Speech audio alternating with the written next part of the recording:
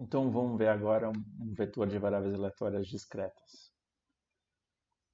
A gente vai, nesse novo exemplo aqui, o que a gente vai considerar? A gente vai considerar que o ômega só tem 4 elementos, A, B, C e D, e que ele é um espaço equiprovável. Então, cada um desses elementos tem probabilidade de 1/4. A gente vai definir que o x1 é indicadora que o ômega é A ou B. Então, ele assume o valor 1 se o ômega é A ou B e 0 caso contrário. E o x2 é indicadora que o ômega está em A ou C.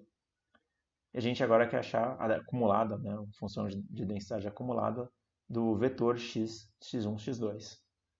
Como que a gente faz isso? Bem, é muito parecido com o tipo de coisa que aparecia em probabilidade 1. Então lembra que em probabilidade 1, quando a gente tinha uma variável discreta, a gente tinha que analisar faixas de valores.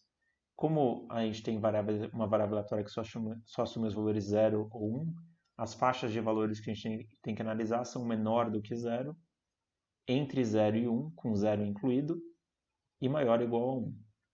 Né? Porque a probabilidade de qualquer uma das variáveis ser menor do que 0 vai dar 0. A probabilidade de qualquer uma das variáveis dar maior do que 1, desculpa, dar menor ou igual a 1, vai dar 1. E daí a probabilidade interessante está, nesse caso, a probabilidade da variável aleatória ser menor ou igual a um valor que está entre 0 e 1, digamos meio, e daí a probabilidade do x1 ser menor ou igual a meio é simplesmente a probabilidade do x1 ser igual a 0, nesse caso. Então vamos para a lousa para a gente conseguir trabalhar nesse exemplo. Abrindo aqui. O que a gente tem? A gente gostaria de calcular. Opa!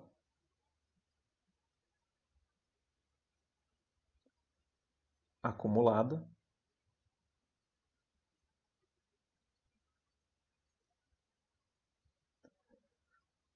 Que a gente viu que é simplesmente a probabilidade do x1 ser menor ou igual ao x1 e o x2 ser menor ou igual a x2.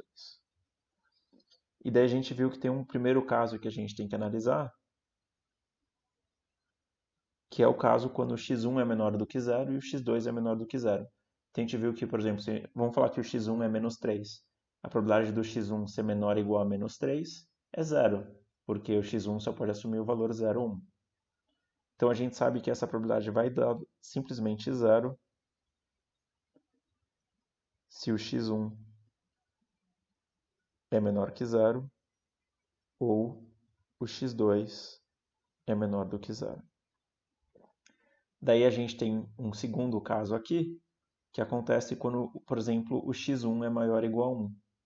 Então, digamos que a gente coloca o x1 como sendo 2. A gente vai ter a probabilidade de x1 ser menor ou igual a 2 e o x2 ser menor ou igual a x2. Mas a probabilidade de x1 ser menor ou igual a 2 é 1. Esse evento acontece com certeza. Então, nesse caso, vai dar simplesmente a probabilidade do x2 ser menor ou igual a x2. Então, isso vai dar a probabilidade do x2 ser menor ou igual a x2 se x1 é maior ou igual a 1. E vai dar a probabilidade de x1 ser menor ou igual a x1 se o x2 é maior ou igual a 1, né? Pelo mesmo raciocínio, porque o x2 também só pode assumir o valor 0 ou 1. Então, se eu falar a probabilidade de x1 ser menor ou igual a x1 e o x2 ser menor ou igual a 4, isso vai dar simplesmente a probabilidade do x1 ser menor ou igual a x1. Então, depois que a gente capturou todos esses casos, só sobrou o caso em que tanto o x1 quanto o x2 estão entre 0 e 1. E aqui eu vou deixar para vocês calcularem a probabilidade de x2 ser menor ou igual a x2 e a probabilidade de x1 ser menor ou igual a x1. Isso fica como exercício para vocês, que é basicamente um exercício de probabilidade 1, porque a gente está considerando uma única variável aleatória. E lembra que isso é justamente a acumulada do x1 e a acumulada do x2. Então a gente conseguiu cair num problema de uma acumulada univariada nesses casos. E se vocês tiverem alguma dúvida, a gente pode tirar ela na aula síncrona. Então vamos agora estudar o último caso interessante. Eu vou apagar aqui, só para a gente ver esse caso interessante, que é o caso. Isso aqui vai dar igual quando o x1 está entre 0 incluso, né, e 1, e o x2 também está entre o 0 e incluso, mas menor do que 1.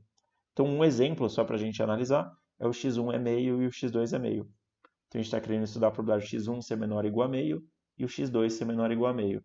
Mas lembra que o x1 só pode assumir o valor 0, 1 e o x2 só pode assumir o valor 0, 1. Então, a única maneira deles serem menores ou iguais a meio é se ambos forem iguais a 0. Então, isso vai dar simplesmente a probabilidade de x1 é igual a 0 e x2 é igual a 0. E essa probabilidade, vamos lembrar, isso é probabilidade. Para o x1 ser 0, tem que cair o quê? Tem que cair C ou D. E para o x2 dar 0, tem que cair B ou D. Então a intersecção entre C e D e B e D é simplesmente a probabilidade de D, que é igual a 1/4. E com isso a gente termina o exercício. Claro que só falta calcular aqueles dois casos que a gente tinha acumulado a univariada, mas esse eu vou deixar para vocês e a gente vê na parte síncrona. Então a gente fez um exemplo de uma densidade acumulada contínua e um exemplo de uma acumulada contínua discreta. E agora a gente vai fazer algumas propriedades da função de densidade acumulada que vão ser interessantes. Então a gente continua no próximo vídeo.